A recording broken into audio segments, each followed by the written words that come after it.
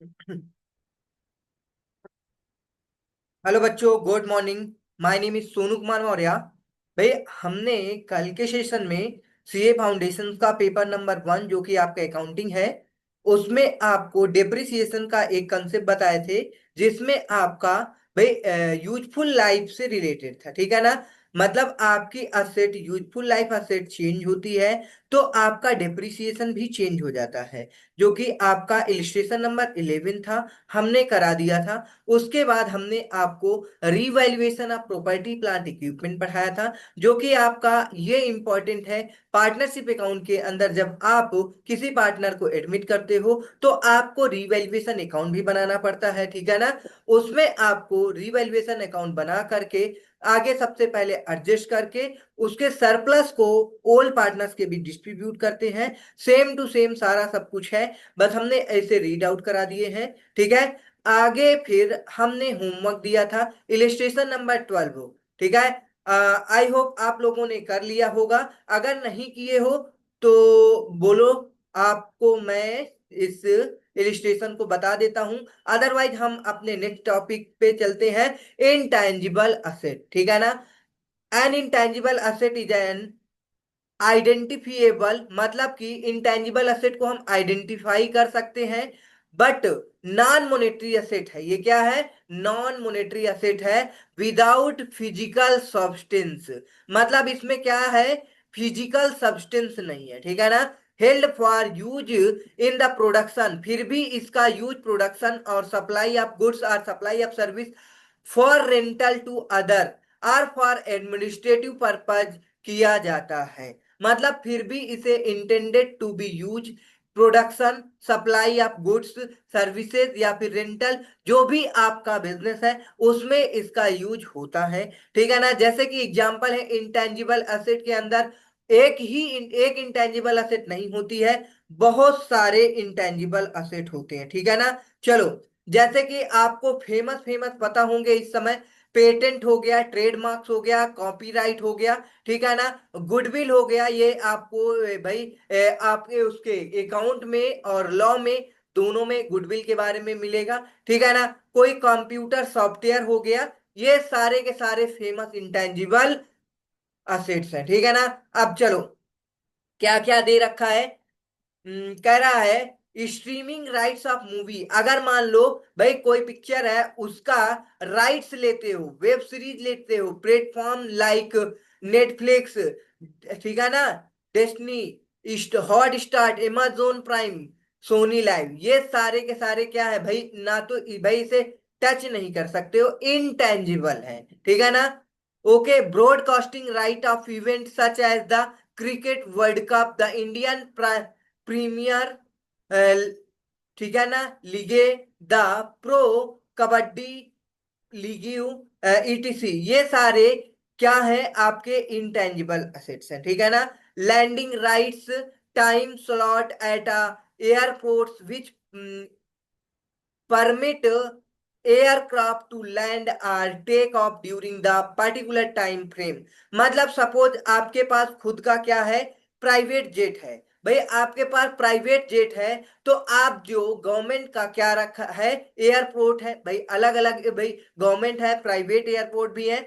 आप वहां अपनी प्राइवेट जेट को या फिर हेलीकॉप्टर को लैंड करना चाहते हो तो उसके लिए आपके पास राइट होना चाहिए। ठीक है ना? ब्रॉडकास्टिंग, जैसे आप जानते हो टीवी वगैरह पे आते हैं तो उसका सबसे पहले आपको राइट लेना पड़ेगा। मूवी, टीवी, सारा सीरीज जो भी है, नेटफ्लिक्स वगैरह। ठीक है ना? अगर आपको सीरीज वगैरह देखना, वेब सीरीज वगैरह, तो सबसे पहले आप उसका राइट्स लोगे।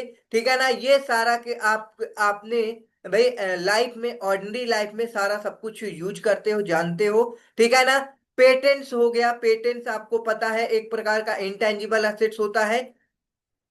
अब पेटेंट के बारे में आपको नहीं पता, ट्रेडमार्क बताओ, नहीं पता तो बता दे। भाई पेटेंट, मान लो आपने क्या किया भी, कुछ भी फॉर्मूला बनाया, सपोज आपने कोई मेडिसिन का फार्मूला बनाया, तो अब भाई वो मेडिसिन का पेटेंट आपके नाम रहेगा। अगर मान लो कि अब भाई प्रोडक्शन कोई और इंडस्ट्री कर रही है आपके, ठीक है ना, मेडिसिन का, तो वो जितना मार्केट में सेल करेगी उसके बदले आपके पास हर बार हर मेडिसिन पे क्या आएगा, पेटेंट का पेमेंट आएगा, ठीक है ना।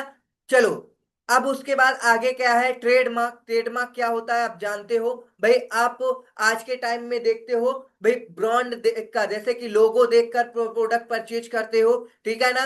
लाइक आप तो पता है आईफोन बहुत ज्यादा फेमस है, तो इस तरह से आपको भाई इनका ये एक असेट है, मतलब कि इनका जो लोगो है ये एक असेट है।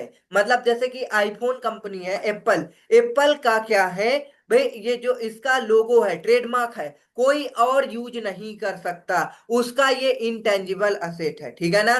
कॉपीराइट, आपने बुक लिखा या फिर आपने कोई लेक्चर्स वगैरह है, उसमें क्या है आपको कॉपीराइट लेना पड़ता है अगर उसका यूज करना चाहते हो तो, ठीक है ना। आप तो ये जानते हो, ये बहुत फेमस हो गया कॉपीराइट, ठीक है ना। Distribution right for motion picture in theatre, theatre में जो पिक्चर होती है डिस्ट्रीब्यूट होती है, भाई देखने जाते हो उसका राइट लेना पड़ता है, ऐसे नहीं आप चाह भाई उसे क्या कर सकते, थिएटर पे ऐसे थोड़ी ना चलाने के लिए मिल जाती है फ्री में। सबसे पहले वो लोग परचेज करते हैं, फिर पब्लिक को ये लोग डिस्ट्रीब्यूट करते हैं। लॉन्ग टर्म कस्टमर कंट्रैक्ट, फिर आगे आपका customer data collected by the entity such as customer contract number, email ID and spending data like Pantaloons है, ठीक है। ये सारे सब कुछ क्या है, मेजर इंटेंजिबल असेट्स है जो कि एंटिटीज है, ठीक है ना। गुडविल है, कंप्यूटर सॉफ्टवेयर है। भाई गुडविल क्या होता है आपको नहीं पता तो जान लो। जैसे कि मान लो कि सपोज हमारी कोचिंग है, ठीक है। अब हमारी कोचिंग 10 साल पुरानी हो, एक नई कोचिंग खुली हो, भाई दोनों में क्या डिफरेंट रहेगा आपको पता है आम जीवन में भी, ठीक है ना। भाई जो पुरानी कोचिंग है उसमें बच्चे भरे रहेंगे, भले ही सेम एक्सपर्ट टीचर पढ़ाएंगे, लेकिन जो नई कोचिंग खुली रहेगी उसमें ज्यादा नहीं, तो मतलब पुराने में जो रिटर्न है वो न्यू के, भाई अगर बात करें नई कोचिंग के अगेंस्ट में क्या रहेगा, ज्यादा रहेगा रेट ऑफ रिटर्न, तो वही वो जो मिल रहा है उसको, भाई वो गुडविल से जनरेट हो रहा है सेल, ठीक है ना। जो भी सेल जनरेट हो रहा है ज्यादा नई कोचिंग से ओल्ड कोचिंग में, जो भी कंपैरिजन है सेल का, वो है गुडविल का इम्पैक्ट, ठीक है ना। कंप्यूटर सॉफ्टवेयर आप नॉर्मल दुकान दुकान में देखते ही होगे, भाई एक नई दुकान खुली है, एक पुरानी है, पुरानी वाला ज्यादा चलती है तो मतलब उसकी गुडविल है। अब बात करेंगे कंप्यूटर सॉफ्टवेयर। कंप्यूटर सॉफ्टवेयर में आपको पता ही है भाई, टैली प्राइम सॉफ्टवेयर यूज करना है तो उसका क्या करना पड़ेगा, प्रीमियम लेना पड़ेगा, और भी बहुत सारी चीजें हैं उनका आपको प्रीमियम लेना पड़ता है, तभी आप उसे यूज कर सकते हो, क्योंकि उनका ये सॉफ्टवेयर क्या है, इनटेंजिबल असेट है। Intangible asset comprise a major portion of balance sheet, it may be noted that it can also be the case that intangible asset could make the entities far more valuable than the tangible asset, ठीक है ना। इसे valuable करना बहुत ही मतलब ज्यादा difficulty आती है, ठीक है ना। इसके बहुत सारे मेथड है। For instance a multi year customer contract guaranteeing more than 75% of the revenue for the company in a major asset which on occasion could be more valuable than the intangible asset themselves. Similarly, when Air India was set up for acquisition, the tangible asset comprised of several old planes which needed overhauling। मतलब क्या कह रहा है, कोई भी आपका tangible asset है, बहुत ज्यादा वो क्या हो चुका है, डिफेक्टेड हो चुका है, तो आप उसे क्या करोगे, ओवरहोलिंग करवाओगे, ठीक है ना। ओवरहोलिंग का मतलब है मेजर पोर्शन उसमें नया लगेगा। And maintenance, however one of the major reason that an Air India desirable target was the prime landing slot intangible asset that it had a aircraft airports across the world, ठीक है ना। intangible asset can be recognized in the financial statement provided they meet to the following condition। मतलब आप intangible asset को अपने balance sheet में दिखा सकते हो यदि ये दो कंडीशन, तीन कंडीशन फुलफिल हो जाता है तो। क्या है भाई, intangible asset इज आइडेंटिफिएबल होना चाहिए, क्या होना चाहिए, identifiable। Being identifiable means the entity could rent, sell, exchange or distribute the specific future economic benefit। मतलब कि उसे क्या है, आप फ्यूचर इकोनॉमिक बेनिफिट में यूज कर सको, सपोज अपना असेट उसे सेल कर सको किसी और को, ठीक है ना। जैसे कि एक बिजनेस सेल होता है तो बिजनेस का जो भी असेट है मतलब वो सारा सब कुछ एक इंटेंजिबल असेट का पोर्शन होता है, उसका भी अमाउंट रिसीव होता है सेलर को, ठीक है ना। For future economic benefit attributable to the assets, identifiable होना चाहिए, फ्यूचर इकोनॉमिक बेनिफिट रिसीव होना चाहिए, ठीक है ना। The asset without disposing of future economic benefit that flow from other asset used in some same revenue earning activity. The enterprise can exercise control over such intangible asset. Control means the power available with enterprise to obtain economic benefit from the asset and the same time can restrict access of other those benefit. कह रहा है the enterprise can exercise control over such intangible asset, ठीक है ना। भाई intangible asset से आपका enterprise बहुत ज्यादा कंट्रोल होती है, आपको पता है। Control means the power available with the enterprise to obtain economic benefits, क्योंकि आपकी जो ओल्ड शॉप है न्यू शॉप के अगेंस्ट बहुत ज्यादा रिटर्न भाई सेल होगा, ठीक है ना। वो क्यों, फ्यूचर इकोनॉमिक बेनिफिट देती है from the asset and at the same time can restrict access of the other to those benefit, मतलब ये दूसरे को बेनिफिट प्रोवाइड नहीं करती है। ओके, जो आपका इंटेंजिबल एसेट है वो किसको प्रोवाइड करेगा, जो भाई उसका इंटरप्राइज जो ओन करेगा उसी को। It is probable that the future economic benefit attributable to the asset will flow to the enterprise, कह रहा है exist exercise control, second condition. Third condition कह रहा है probable that future economic benefit attributable to asset will flow to the enterprise, third condition. Fourth condition क्या कह रहा है, इंटेंजिबल असेट मेजरेबल होना चाहिए, मेजर्ड रिलायबल होना चाहिए, ठीक है ना। अगर ये सारी कंडीशन का क्या हो जाती है, फुलफिल होती हैं, तो आप क्या कर सकते हो, अपने इंटेंजिबल असेट को अपने फाइनेंशियल स्टेटमेंट पे शो कर सकते हो। And intangible asset acquired separately usually measured at a cost as cost can be measured reliably होना चाहिए। In such case the cost of intangible asset would be price purchase price, any import duty and taxes other than those subsequent recoverable by the enterprise from tax authorities directly attributable expenditure amount on taking the asset ready for its intended use, example professional fee toward the legal services, any trade discounts and rebates are deducted and arriving at the cost, ठीक है ना। As can be seen about the cost of intangible asset is similar to the manner in which the cost of intangible asset is determined. Intangible asset acquired as a part of acquisition government grant and initially granted goodwill, intangible asset or exchange asset are debit separately to the intermediate level, ठीक है ना।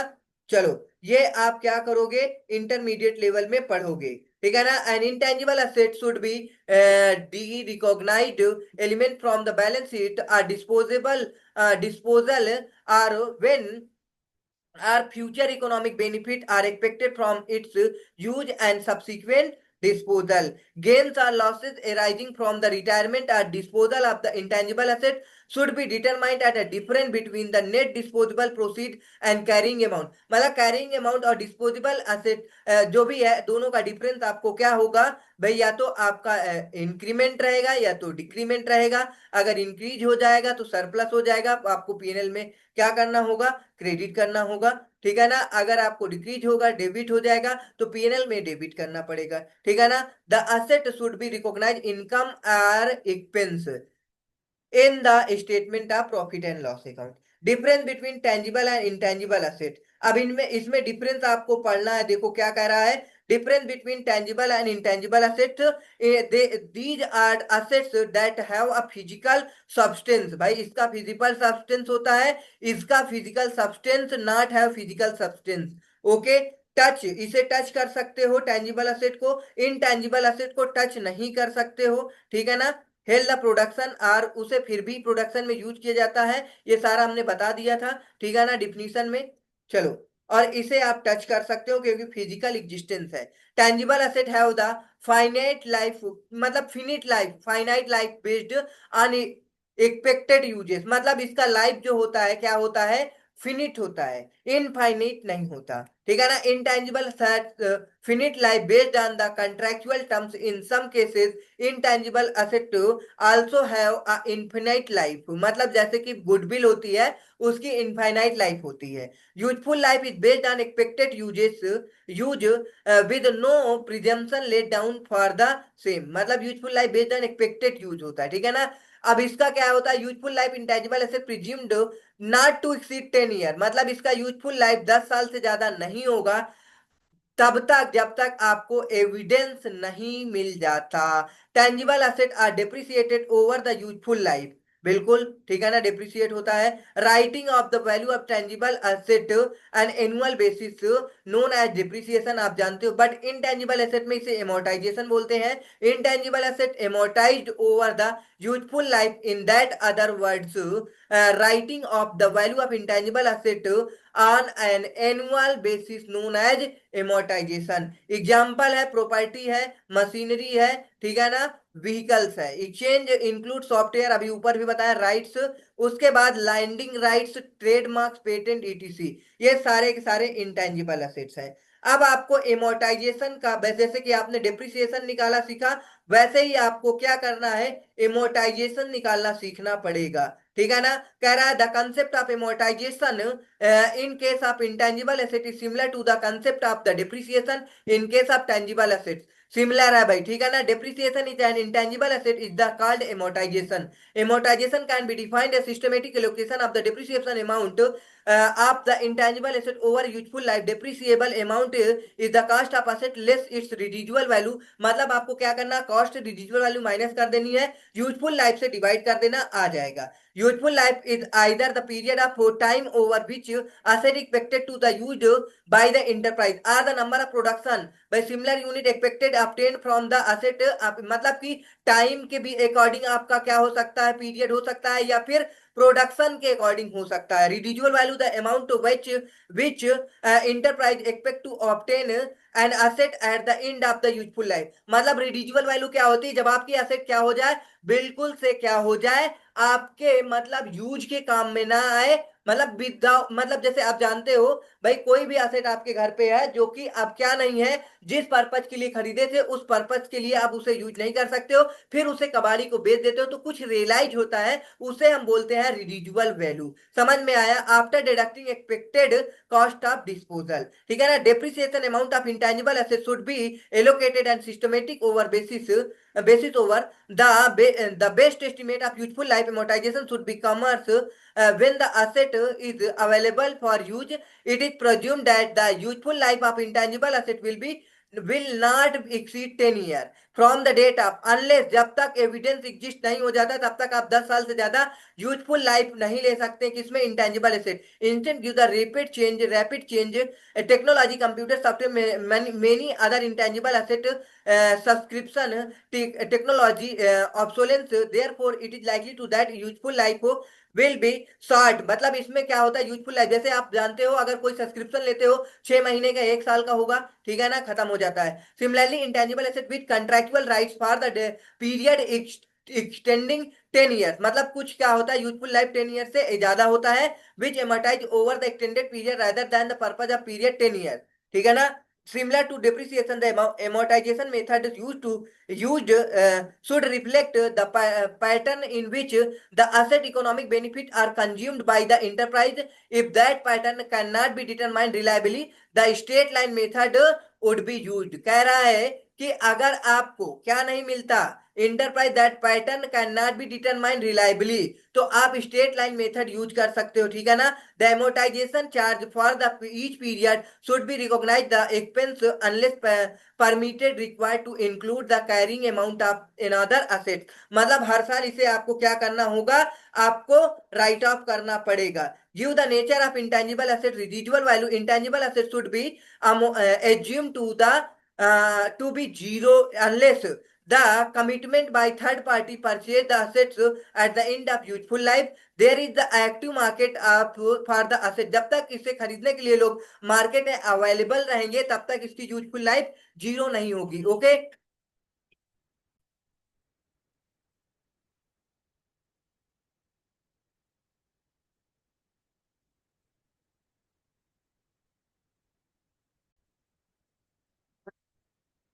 हाँ, तो कह रहा है there is an active market, ये आपका मार्केट में तब तक एक्टिव रहेगा, residual value can be determined reference to that market, it is probable that such market will exist at the end of the asset useful life amortization period, and the amortization method should be revived at least at each financial year end.